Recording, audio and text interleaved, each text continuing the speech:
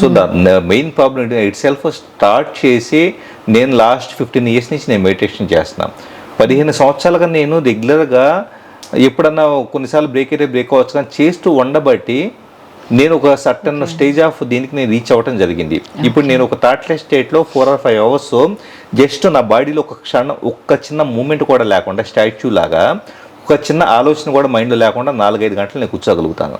ఒక చిన్న ఆలోచన కూడా లేకుండా. అంటే ఇది సంథింగ్ గ్లామరైజ్డ్ గ్లోరిఫై కోసం చెప్పట్లా. So when you do regular practice you can reach such type of state.